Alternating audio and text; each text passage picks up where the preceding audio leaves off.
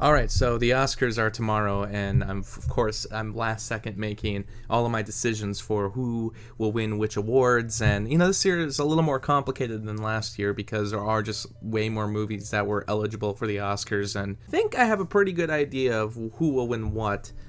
So let's just get into it right away. We're gonna start at the bottom of this sheet that I got from the Sun Times. This is part of a contest to go against Richard Roper's picks. So best visual effects, Dune. I mean, Dune is gonna end up sweeping so many of the Oscars this year, just on a technical level, because the movie is so it's this tech giant of a film. I think the only one that really had maybe something in comparison was No Time to Die, but frankly the other three movies just, to me, didn't have the greatest of visual effects. Best costume design, Cruella. I mean, it makes the most sense. The one who's nominated, she's won for the category before, and Cruella is literally about costume designing. Best makeup and hairstyling, I'm going to give that to The Eyes of Tammy Faye. That one could be a bit of a toss-up. I think House of Gucci might have a better shot compared to the rest of them, and Dune, but I think Eyes of Tammy Faye will get it just because it was like the thing I remember most about that movie. Like the other ones, I can't say the same thing, but for Eyes of Tammy Faye, it was like seeing Andrew Garfield with those just puffed out cheeks or something about it. I was like, yeah, this is... And of course, Jessica Chastain as Tammy Faye. Best original song, I'm going to give it to Encanto because I think some people were saying No Time to Die is going to win this one, but I think the fact that I know the song everyone's talking about in Encanto right now is We Don't Talk About Bruno, but I think just because Encanto is talked about so much, I think the general Academy is gonna just give it to Encanto, especially since, it's Lin-Manuel Miranda. This will give him his EGOT. I don't think they're gonna ignore that. And No Time to Die, even though it's been out for almost 2 years now, I just think that's part of the problem. It's been out forever, and it kind of came and went, and by the time the movie came out, everyone had already heard the song. So I do think Encanto is going to get this one. Best original score, Dune. Hans Zimmer. Hans Zimmer actually hasn't won as many Oscars as you would think, but this is clearly the one that's going to win best original score. Encanto, I think, could too, just because usually there have been cases where the score from the animated musical will win for the award as well, but I think this time it's going to be Dune. Production design. It could really go to any movie, honestly, of these 5 that are nominated, but I'm going to give it to Dune. Nightmare Alley could, out of nowhere, get it, but again, I'm really sticking to Dune is going to win all these technical awards. Best sound, Dune. Even though sometimes musicals have won, and I could see, maybe No Time to Die coming out of nowhere and winning this one, but I think Dune, again, just going back to it's going to win all the technical awards. Same reason I'm going to give it to Dune for film editing, which, in this case, I'm actually looking at the other ones and not, nominated. I'm not that impressed with the editing of Don't Look Up or King Richard or Tick Tick Boom. I think the only other one that possibly could win it is The Power of the Dog, but again, it's going to be a technical sweep for Dune, even though that doesn't commonly happen. When a movie is nominated for numerous technical awards, in most cases, it doesn't win every single one of the technical awards, but usually the one that would lose was back when the sound category was actually 2 different categories. There was sound mixing and sound editing. But since it's one category now, it makes it a lot easier, because usually the toss-up would be between those two, and that would be the one that would screw up the technical awards sweep for any film. Best International Feature Film, Drive My Car. It's nominated for Best Picture, so it's going to win International Feature Film. Best Live Action Short. This one's going to go to The Long Goodbye. And live action shorts a little easier than previous years. I think the reason it's going to win is because of name recognition alone. Riz Ahmed is in the film. So, I mean, you got quite the caliber Oscar-nominated actor there. It's going to win. Best Documentary Short Subject. This one is pretty tricky. Some of these movies, different from other years, there's a lot more of the documentary shorts, live action shorts that are available on streaming services, so more people can watch them.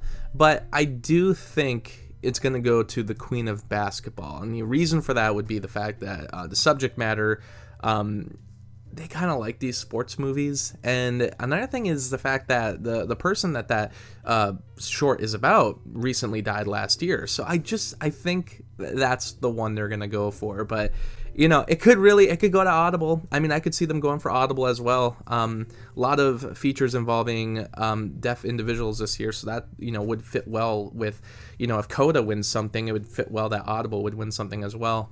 Best documentary feature, I originally was going to give this a Flea, given that Flea is one of the first fully animated documentary drama films to exist. The fact that they animated the whole film. And it was nominated for Best International Feature and for Best Animated Feature. So I didn't think it was going to go home with nothing for just having so many big nominations. But Summer of Soul has been winning so many awards for the documentary feature. I think it's just going to win the Oscar. It's weird because Flea, like I said, it's pretty groundbreaking, was nominated in 3 different categories, huge categories, and it's probably not going to win any of them. But I'm going to give it to Summer of Soul. I just changed my mind about that. And yeah, Best Cinematography, I'm going to give it to Dune again. I just think for those wide landscapes that they got with that film, probably the cinematography was the most memorable part of that movie. But again, all these movies are very worthy competitors. I could see Power of the Dog winning. I think that would be the second possibility to win. And Nightmare Alley, I mean, even though hasn't been a whole lot of talk about that film, don't forget, it was still nominated for Best Picture. So clearly the Academy, is talking about it. But West Side Story looks good, and Tragedy of Macbeth, I mean, that's one of the highlights of that film is the cinematography. I'm gonna get one of these tech ones wrong. Like, Dune's not gonna win all of these, but I'm not gonna go any farther than that. I think that's what's gonna be. Best Original Screenplay. So this is where something could get interesting. It doesn't look like Belfast has been winning nearly as many awards as people originally thought it would. So in this category, I'm gonna give it to Licorice Pizza. I don't think, the Worst Person in the World was nominated for International Feature, but since it wasn't nominated for Best Picture, I would assume it's not going to be even a contender for this category. And if I look at the other 4 that are nominated are also nominated for Best Picture, I just give it to Licorice Pizza because, come on, Paul Thomas Anderson, what are you going to do? I think it's just going to go to him. But it could go to Belfast, and if it goes to Belfast, that is going to screw up my predictions for Best Picture, because as of now, I don't think Licorice Pizza could win Best Picture, but usually the screenplay or the director is tied to the Best Picture winner. The toughest category I had was Adapted Screenplay.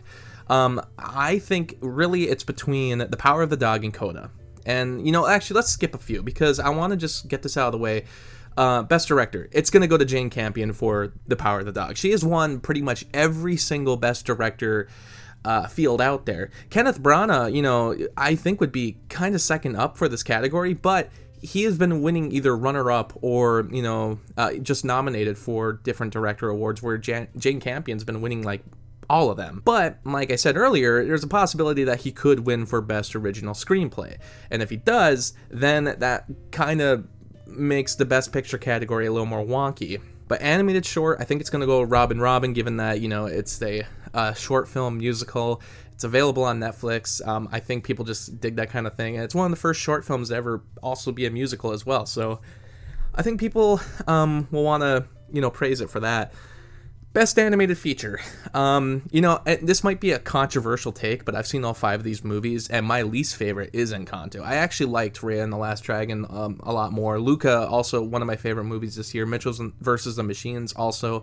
I watched Flea recently, and it was incredible. Encanto honestly felt very generic Disney to me. Even though it had the one good song in it, and has a very good look to the film, it just felt very generic Disney. But since everybody's talking about it so much, and, I just think Mitchell's versus the Machines, even though they should win it, it was just released too long ago. It was released in early 2021. Encanto was released more recently, and then immediately hit Disney+. So just because of that recency factor, I think people are going to nominate that one, which it ticks me off because I just don't think it should. I really think, and my personal opinion, I like all the other ones better, but Mitchell's vs. the Machines should win it. Flea, given that, it's such a groundbreaking film, should go home with something. And to me, Luca was just a better movie. So I get it. I get it. Encanto win, and it's not like it's a bad movie. It's not. Actress in the supporting role, it's gonna go to Ariana DeBose. I mean, obviously, that could be the one, like, what the hell kind of category where, like, she doesn't win and it goes to, like, oh, what do you know? It's Judi Dench for Belfast, I guess. I don't know, but it's not gonna happen. She's gonna win. Actor in a supporting role. For a while people were saying it was gonna go to Cody Smith-McPhee for The Power of the Dog, and that would make a lot of sense. He's very great in the film, but it's actually gonna go to Troy Kotsur for Coda, which, if you watch Coda, I liked Coda. I didn't love it, but it is by far the biggest crowd pleaser film of the year, and if anyone is like the highlight of the film, it is this actor. Could be quite the toss-up, because, for me, for a while, it was Nicole Kidman. Like, she was going to win. But Jessica Chastain has started to climb up there with winning quite a few awards, so I think it's going to be between her and Nicole Kidman. Spencer, unfortunately, like, even though she gives a good performance in that film, like, that movie kind of died down after it was released, and not a whole lot of people were talking about it. It's not nominated for anything else for the Oscars, so I do think it's going to go to Jessica Chastain. And again, I could get that wrong, but just given that she won some recent awards, I don't remember specifically which ones, but some pretty big award ceremony she just won for this role, so I think it's gonna go to her. Best actor in a leading role, it's gonna go to Will Smith, very deservedly so. I think that's one of his best performances ever. King Richard, I don't think is an extraordinary movie. I thought it was pretty bland. I thought it was pretty dumb to focus the movie on the father of Venus and Serena Williams, instead of just them, and they were heavily involved in the movie, so there's also that aspect of how much of this is glorifying the truth versus, romanticizing everything that happened, because quite honestly, if you watch the movie, I'm like, their father doesn't seem like the greatest dude, and I feel like they're playing him up like, no, he was really a great dude though. But Will Smith captures that guy perfectly. This is one of his best roles ever. All right, so I looked at the last 10 years of screenplay films and Best Picture winners and director winners from the last 10 years of Oscars. And I found that 7 out of the 10 Best Picture winners also won a Screenplay award. 5 out of 10 won Best Picture and also won Best Director. And it's only been twice where it's won a Screenplay award, the Director award, and Best Picture. And 3 times there's been a Best Picture winner that has won Best Director, but not for the Screenplay. And then all the Best Picture winners of the past 10 years have been nominated or won for a Screenplay award. I know that Jane Campion is basically the lock for Best Director. She is going to win that, so that gives Power of the Dog a huge chance of winning Best Picture. And like my logic said, original screenplay is going to Licorice Pizza, so I do not think that movie would win Best Picture, so original screenplay is out of the question as far as being tied to Best Picture. 3 times Best Director and Best Picture won together without a screenplay. The reason, the category that they lost in twice was for original screenplay, not adapted. So only one time has, the director, Best Picture won, and then they lose screenplay, and it's in the adapted screenplay category. So technically that's more rare than compared to the original, which I don't know if that matters, but I'm just trying to use some kind of science here. And I said of the 2 times in the past 10 years that screenplay, director, picture win together, because it's only happened twice in the last 10 years, I said it was always for an original screenplay, not for adapted. Because the thought process right now is that Jane Campion could win Best Director, or she will, and then she'll also be winning for adapted screenplay, hence she'll win Best Picture. Makes sense. But like I said, there's only been 2 times where all 3 awards have happened in the last 10 years, and both times it was for original screenplay, not adapted. And I don't think that really, matters, but I'm trying to, process in my brain a way to make my choices, because I don't think everything's going to go the way everyone thinks. There's always some shocker at the Oscars. There's always something that people get wrong, and I don't want to be wrong this year. Coda started winning quite a few big categories for, Best Picture and such. So I started thinking, I was like, what if Jane Campion doesn't win for The Power of the Dog? What if it goes to Coda? What if Coda wins Best Adapted Screenplay? I mean, there's been certainly talk about it winning Best Adapted Screenplay. Of the 5 here, the 2 that I think have the highest chance is Coda or The Power of the Dog. So, I mean, for Best Picture, it's really between Coda and The Power of the Dog. The only reason that I just have this feeling that Power of the Dog isn't going to win Best Picture. I think it's gonna go to Coda. I just think it's that kind of year where they want to give it to a crowd-pleasing movie, one that still has, you know, an importance in the overall culture, you know, and it's a groundbreaking kind of film for the Oscars as well, because there hasn't really been a movie that's won that has primarily deaf actors in it. So I just think it's that time. I think it's gonna win, you know. And The Power of the Dog, I love it. It was one of my favorite movies this year. It's my second favorite of the bunch here. Licorice Pizza is my favorite, but I know it's not gonna win Best Picture. But I think Coda has it, so that's my pick. I think that's gonna win Best Picture. But you know, let me know what you think. Let me know what your thoughts are on some of my choices, and what do you think's gonna win? We'll find out tomorrow, and we'll see you then. Thanks for watching the video, and special shout out to Lauren, Anthony, Anna, Kirsten, Spencer, Lucas, Ryan, and Robert for supporting me on Patreon. By joining my Patreon, you can get exclusive blogs and videos, and for just $7, you can get your own monthly movie review. I hope you stick around, cinephile, and have a happy, productive day.